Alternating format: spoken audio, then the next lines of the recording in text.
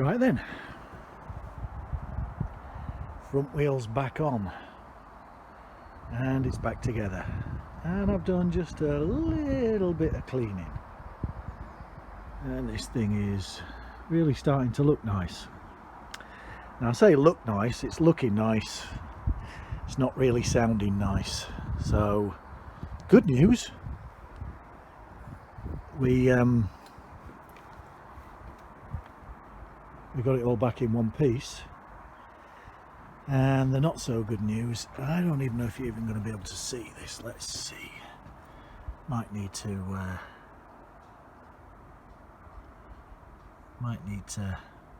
I think you can just about make it out in there. There's a connection into the top of the collector box, and just as we've got seals in here, those fibre seals, there's also fibre seals in there, only to be honest, looking at these, I think they're pretty much non-existent. You might be able to make out the one in here. You can just see it down there, if I can get my finger onto it. So you can see that ring there on the downpipe. This is a cover, but then you've got that ring just where my finger is there, and then you've got essentially, that's the connection, well actually that's the clamp, and that's over basically what same as what this has got, just to hold it all together. The pipes actually go into the top and then clamp over. Now if we can, it's so hard to see, but right where my finger is there, where I'm pointing at, that's the connection into the top of this collector box, and on the other side there's a hole. On this side I don't think the seal's in there. There's some ring seals inside here, and basically these are blowing, and I'm pretty certain these are blowing as well. So much as I didn't want to take this collector box off, I think it's going to have to come off. Which means essentially I've got to dismantle the back of the bike again to get it off. We've also got to risk whatever's going to happen when we undo these, and if it snaps bolts off, we'll just have to deal with that. So much as we got it close, I did start it up, and it ran and it ticked over, and I think what I'm going to do is I'm going to go get the keys and I'm going to start it up again, just so that you can hear it. It's almost as loud as it was before. So I've turned it round so it's in a bit of a different orientation. So yeah, it's in one piece and it's looking nice, and we're gonna take it apart again. So I've also need to take the front brakes off, just to deal with these. So you see this here, it's supposed to have a rubber boot around it, and this floats on there, only that's supposed to be greased and it isn't. So I need to get this bolt out. I actually took the calipers off by removing these two, but I need to get these bolts out, get this out effectively on this side, and then on this side it's this one here, sorry, this one here. So I need to get that one off as well. So we're gonna have to do some more work on those calipers. All the brakes work really well, I'm just not convinced they're moving, the calipers are moving like they need to. So we're going to deal with that. The Avon tyres on, that looks nice. The guy said the inside of those wheels are absolutely mint, they're like new, so that's good news. And then to be honest, I was feeling a bit down today, and I think the excitement to getting it all back together and then starting the engine up and hearing that racket kind of got me down a bit. And also I didn't take the clutch cover off, and I was hoping, and maybe it'll do it, but I was hoping that I could just pull the clutch in, put it in gear, and then stomp on the back brake and hopefully break the clutch free. But I tried it yesterday and it stalled the engine, so I'm going to do that again. But Let me just get a tripod because my trusty camera holder isn't around at the moment. She's off out doing her own thing. So we'll do that, and we'll let this engine run for a bit.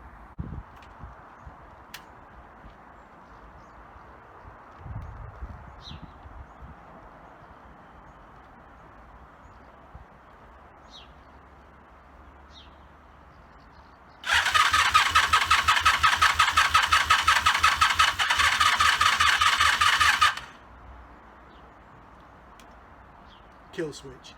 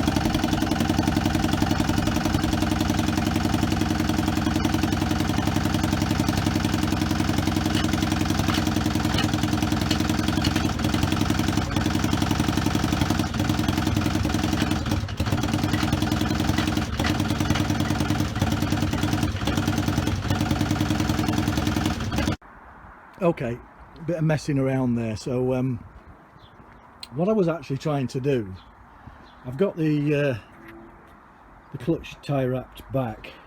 Basically after I run it up yesterday, I thought, well, got it nice and hot, and then just left that overnight like that. Now my feeling was, let me see here, I've got left the ignition on, but neutral lights on here.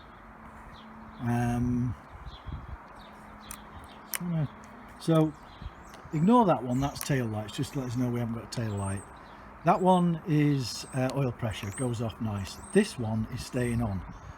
That, which should be a gear indicator, sorry, this one's staying on. That, which should be a gear indicator, actually changes 1, 2, 3, 4, 5 OD for overdrive. but for some reason, literally, don't know if I've just broken something.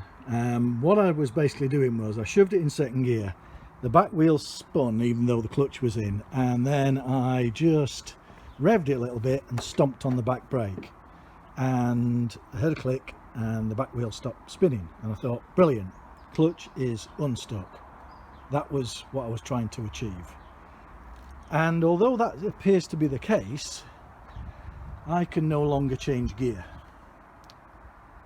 No matter what I do to this thing, going down stays there, going up stays there. So something, don't know if I've,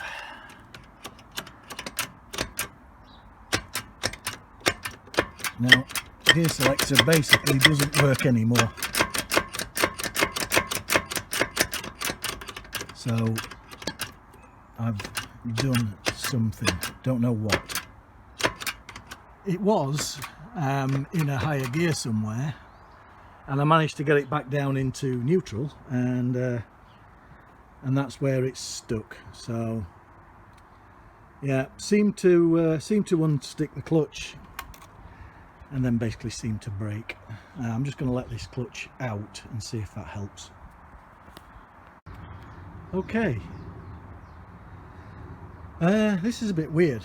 So managed to get into first gear, and it is in first gear with the clutch out.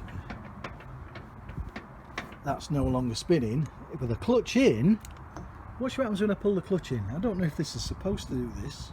I can't see why it would, but when I pull the clutch in, it's basically telling me I'm in neutral. The neutral light comes on when I pull the clutch in. When I let it go, it goes back to first, but I'm not in neutral.